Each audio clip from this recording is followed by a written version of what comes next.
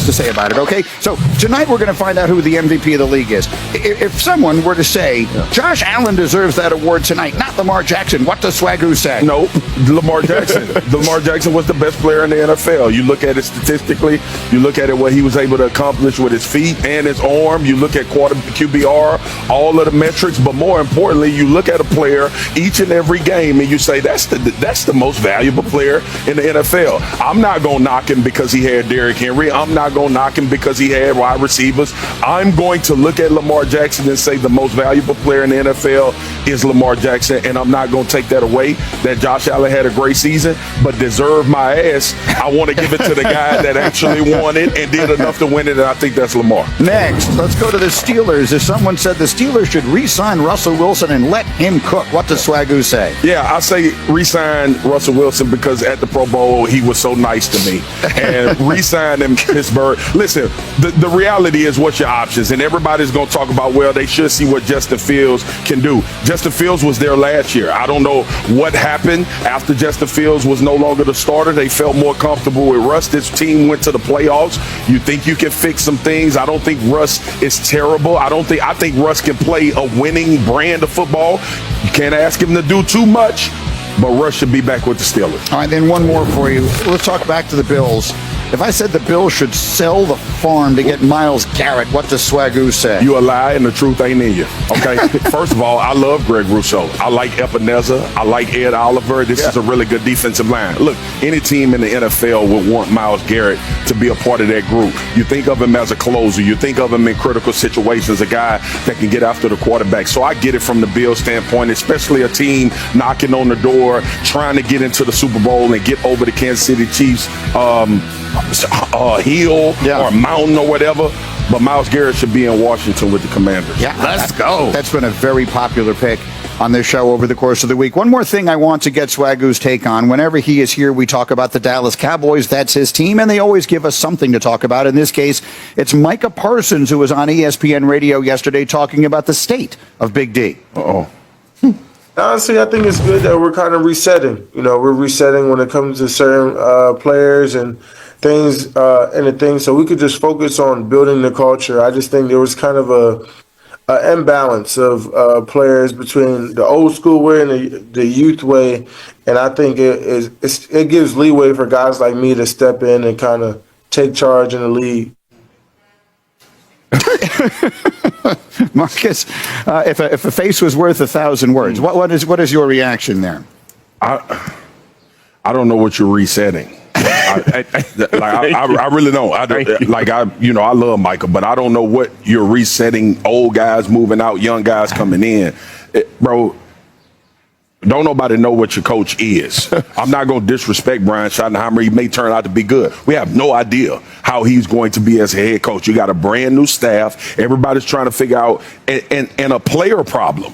Like, we focused on McCarthy and we talked about the job, and I sat up here with you and was like, yo, the man is winning games. You got a player personnel problem. So listen, Michael, in your pink headgear with your skin tight shirt, which I wish my body looked like that. One of those. I wear it all the time. I don't think the direction of the Cowboys needs to be even talked about until we see it play out on the field. The first step will be, what will they do in free agency? That's why I couldn't be excited about the coaching hire. I kind of like that he changed the parlance, right? I mean, we generally talk about teams as either rebuilding or reloading. He went with resetting, which is generally going off the board. Like, that's not in the multiple choice. That's not usually one of the options. I think it's because, like, reloading, and it implies that there's something wrong with it, and I don't think he wants to make that implication, but I think it's because what they're doing is so unusual.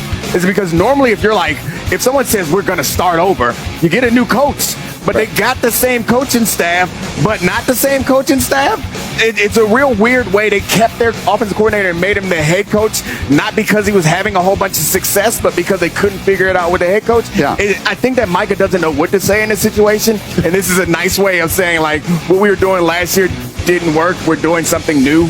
Yeah, he was just here so he didn't get fined. It was a good call on that part, you know what I mean? But when you think about the Cowboys, and Swagoo kind of just hinted around it, the problem has nothing to do with on the field. They got to fix the problem in the offseason. And until we see what they do to fix those problems, they got some middle of the field issues they got to get solved personnel wise. Until they do that, it's all Fight talk. for my life over here. Yeah, you should fight For my life. Though. Like, does he have some kind of insight on what their offseason plan is? No. Because, like, they got a lot of guys under contract. They can't really reset that much in terms of the. But he's seeking culturally. It's going to be, he said youth. It's going to be youth leadership. Yeah, right? he's That's going what to be. Yeah, it's leeway opens up for him.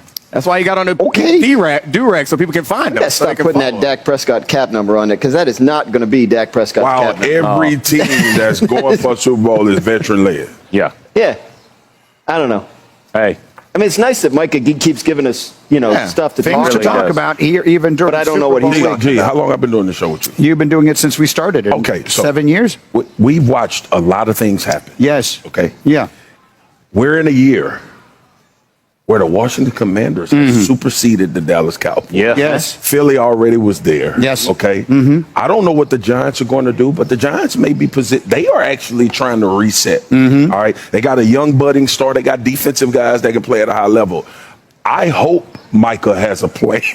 I want anybody to have a plan, because the people that's making the decision do not have a plan. No plan. So let's wing hope, Let's hope that Micah is going to make some free agent decisions and get them moving. Maybe that's what he's talking Micah. about. Hopefully. Maybe he's taking over. Hopefully. As we continue, we go back to Golly. Sunday's big game. Are the Chiefs about to three-peat, or will Saquon and the Eagles fly high at the Superdome? Our game picks are coming up next for Super Bowl 59, and the King of New Orleans is ready to lead the parade all weekend long. There was some stretch in that cap. There was some stretch in that thing. I see it. If it don't have elastic, get it away from me.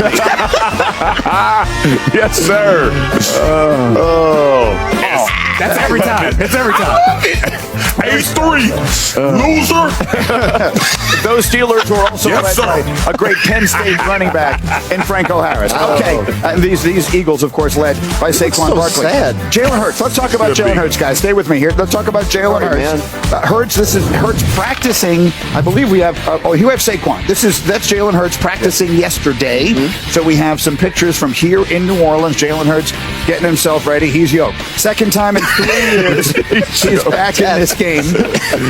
He's thrown for 131, 128, and 246 yards in their 3 playoff wins. One of these things is quite obviously not like the others. There's been so much talk about the Chiefs and their coaching prowess and making them play left-handed. So let's live in a world where Saquon Barkley isn't running mad in this game, where they don't win this game because Saquon Barkley destroyed the game for them. Then what does Jalen Hurts have to do to win it? It's going to be on his arms and his legs. I still want to remind people that Jalen Hurts can devastate you on the ground as well. Right. But more importantly, like y'all, we all know, it's going to have to be 3 or 4 of those opportunities with either A.J. Brown or Devontae Smith. He's been finding Dallas Goedert in some critical situations as well.